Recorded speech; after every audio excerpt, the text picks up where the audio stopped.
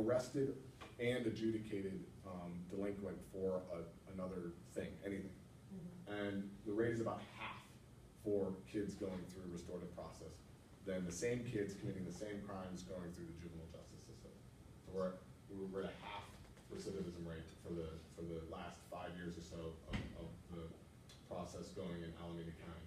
And what's another big factor that society cares about is financial cost, right? Well, the average conference, we roughly cost about $5,000 for a kid to go through restorative process, versus the cost of sending a kid through the juvenile justice system, and that's even before they get to detention, is $35,000. Sorry, that's for a year on probation, is about $35,000 for having a kid on probation for just a year. And of course, that's just the front end. That doesn't take into account the next time they recidivate, which is going to be another 30 days, so you get the picture. So those two metrics, restorative conferencing, extremely promising results. And victim satisfaction, which is the most important metric from the restorative frame of mind. Again, with the system, we have no idea. They don't track victim satisfaction, which is a little bit indicative of how central that is, importance, right?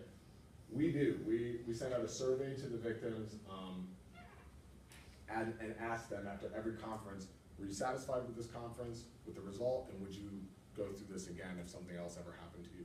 89% say they would. They were both satisfied and they would go through this process again.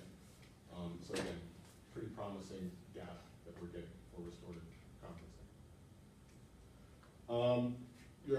Margaret told me that you all were, some of the questions that you guys might have is, okay, this is all fine and good, but how does this connect with the actual practice of law, right? We're taking a step out. And the good news is that there is an emerging field and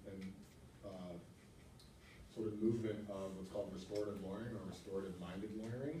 And I'm not going to get into it. There's some great resources which I've given to Margaret to share with you guys in terms of restorative-based lawyering.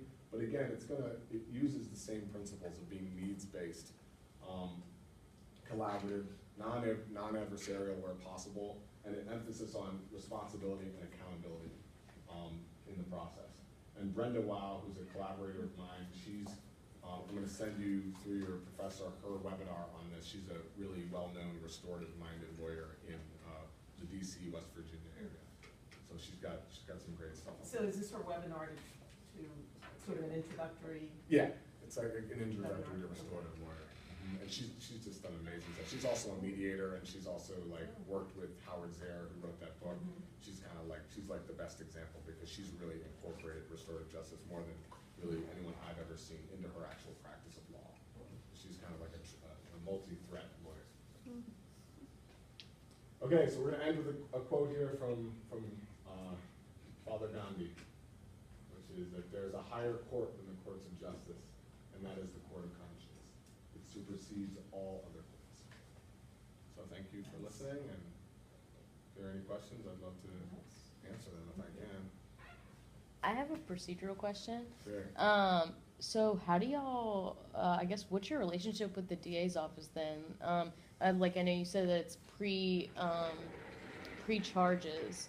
So do they contact you and say like, hey, we're thinking about filing charges on this kid. He might be a good candidate? It's a great question.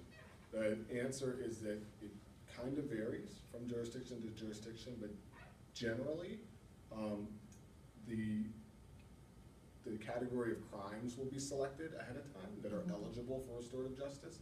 And so when a kid's arrested for that crime, if the DA will basically send that case to the nonprofit, and if the nonprofit has capacity, they'll take it on. Okay. Right? In San Francisco County, it's a blind referral process, so they've got it computerized so that once a kid gets arrested and that arrest is put into the system, it automatically sends some of them, if it's an applicable offense, to the restorative That's process. interesting. Yeah. Does that help answer your question? Yeah, no, yeah, definitely. Jojo, right? So yeah, I have a question about the actual circle process and like when we're talking about lawyering. Yes. I'm sure like when you work for the courts too, you talked a lot about like procedural steps in terms of like evidence and what's allowed and like just building like the facts in order to like decide like what actually happened in that underlying situation. So I was curious what if any are like some of those, are are there similar sort of procedural or like standards that are kept within circles in terms of building like the story or the underlying facts for the case, so that you can actually, when you have all the parties, that you're at least working from the same basis of like, this is what had happened? It's a wonderful, wonderful question. The answer is yes. It's not as firm and rigid as the rules of evidence or privilege rules, but I talked about the pre-conference prep. It's up to the facilitator to facilitate that. So what that looks like is, there's a story about what happened from the victim, and there's a story about what happened initially from the responsible youth, right? It's the facilitator's job to ask questions and basically make sure that the stories line up. If they don't line, and then they basically record the story, so that when you get to the process, like usually the way it starts is the kid, the responsible youth, will declare what they've done and say what happened. And if they don't put everything in there, then the facilitator is going to ask another question or take a break and make sure it gets to the point. Or the victim might say, that's not what happened, you know, and then you have to tease it out. So there's nothing hard and fast, but the prep, that's why the prep is so important, to make sure that there's agreement about the facts, as it were. So you're sort of having us have like a declaration ahead of time of like, this is how, like, and like maybe, are there analogs like stipulations that both parties agree to, or like? There's not going to be formal stipulations, Yeah. no. It's more just, it's what the person's willing to take responsibility for, right? And if that doesn't line up with what the victim is saying how they've been harmed, then it might not work out.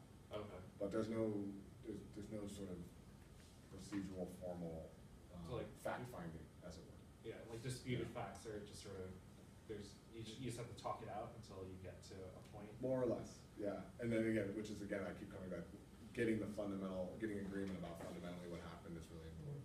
But again, there will be conversation about it, because even if you agree on what fundamentally happened, like, there's more dynamics involved, and that does get discussed. And it's understood that that's subjective to some degree, right? But you gotta get the fundamental story, there really needs to be agreement about it. I saw your hand, did you still have a question, and then first? So I guess you mentioned like for first time like offenders, they get like referred over. If they do like recommit an offense, what happens then? Are they sent back to restorative justice, like or community conferencing, or are they then dealt with through the criminal like legal system, or how does that work? So you're asking if later they commit a different offense? Yeah. Yeah. Yeah. Again, depending on what the agreement is in that jurisdiction and what they've set up in terms of the referral process and the program, hopefully they would get referred to a new conference, a new restorative conference. But you know, in Alameda County right now, the nonprofit only has capacity to handle about 25% of the cases that they could handle. And so we're still building capacity. This is new. This is still growing. So they might not, right? As of now, unfortunately, getting the option of restorative process is still the minority of cases, by and large. But again, that's kind of why we're here. That's what we're hoping to not have that not be the case. Yeah. But yeah, they would be eligible for a new restorative process. Nishka, is that you? Nishka. Two things. One, I'm a data nerd, so it's good to see that you guys keep really good data, because I feel like that's what sells the programs to Sure, stakeholders. sure. But I saw in the circle that community members come to the circle as well. How do you I guess identify community members who've been harmed and may be interested in coming to the circle? Great question.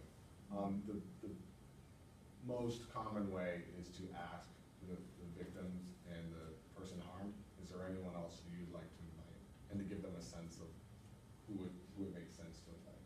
So I would tell them, is there anyone else who is involved or who you're close to that you feel could support you, that you want to be there? That could kind of be supporters, or it could be community members, or, you know, like I said, oftentimes it's in the school context, which is where a lot of these offenses happen. There's pretty standard types of community members you would invite, like the teacher, or, you know, another student who was involved, or a friend. Yeah. So you basically, again, it's the parties drive the bus. So you mainly are asking them what they want. I already asked a question for you, so I'm Thanks. Yeah. My question's about the pre-conference prep. I've been thinking a lot about kind of stereotypes or prejudices that people involved in this process might kind of bring to the table with them. So if those things come up in a pre-conference, like let's say the person who was harmed, like somebody broke their window, and the person who's harmed is white, and the person who did the harm is a young person of color, and they have stereotypes about them. Do you all like ever divert people to like a diversity training or things like that when it comes up, or like does that happen, and what do you do Yeah, that's when it okay. does? I'm actually really glad you asked that, Mhm. because we like to, the reality is that there's racial bias and there's a racial element to a lot of criminal justice and a lot of encounters, including restorative encounters, and we don't ignore that. The answer is, when you say you all, I'm assuming you're meaning like do the facilitators like facilitate that. There are different nonprofits will have relationships with different folks, sometimes counselors or sometimes programs like that, which can be offered. But again, really, it's going to be up to a couple of different things. It's going to be up to the facilitator to decide, like, is this a healthy thing, and to, like, if they perceive that there's some bias or some animus or some just even grumpy parties, like, they prepare the other parties for that and say, look, these folks aren't going to be, if these folks aren't going to be super friendly, like, are you still interested in participating in this? And the facilitator would probably be very reluctant to label like they're racist or something like that, because unless it's really going to be something that's front and center. And I can't say these things, like what the best practices are always evolving around stuff like this, but those sensitivities are definitely something that are going to be up to the facilitator to manage and make sure are clear ahead of time to the parties. But it's not necessarily something that they'll be shielded from, because that's something that gets worked out. I mean, that's something that gets healed in the process often, or could be. I hope that helps answer. No, I did. Thanks. So you mentioned that only like there's only capacity for like 25% of what could be. I don't know the exact number. Right, it's but not- like roughly it's not all around. the cases that Right. could be. What's the process of?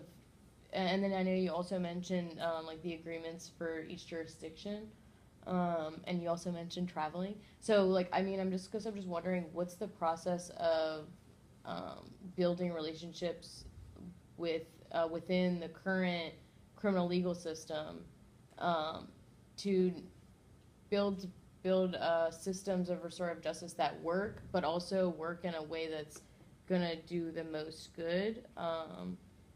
Especially because you mentioned that Impact Justice is only 2 years old, so it's like, what's to say that it's gonna run out of money and like it's not gonna, you know what I mean? Like, you don't want these systems to fail, and you don't, and it's also sad to like be like, okay, we're starting here and it takes 10 years to do this one jurisdiction, and there's places like New Orleans, which is where I'm from, and it's like, yeah, that's like, it would be great there, especially when like that story about Melanie. The relationship with schools and everything, school districts and criminal, I mean, it's just a lot. Sure. Yeah. Yeah. There's a lot there. I know, sorry. Well, no, it's great. A couple quick clarifications. So this nonprofit's 2 years old, Okay. but the work that Sujata has been doing in the Bay is about 10 years old Okay. with other nonprofits, and there are restorative diversion programs like this that have been up and running for many, many years. Like Right. in Baltimore, the Community Conferencing Center has been up and running for 20 years. So Okay. there's that. Yeah. But it's a really great question, and it's something that, how to support sustainable Right. restorative diversion programs that have the trust of the community in addition to the trust of the systems players. That's Yeah. my like life's work right now. Okay. That's the question that we inhabit most often. Like, that is not an easy thing to do, to make that marriage happen and to make sure that sustainable funding is there. Our organization, we're kind of like, we support and train and provide technical assistance to the actual folks that hold the work in each city. We, we've got great funding, whatever, and all that, but making sure that they get sustainable funding is not always clear. And Right. literally, like, that, even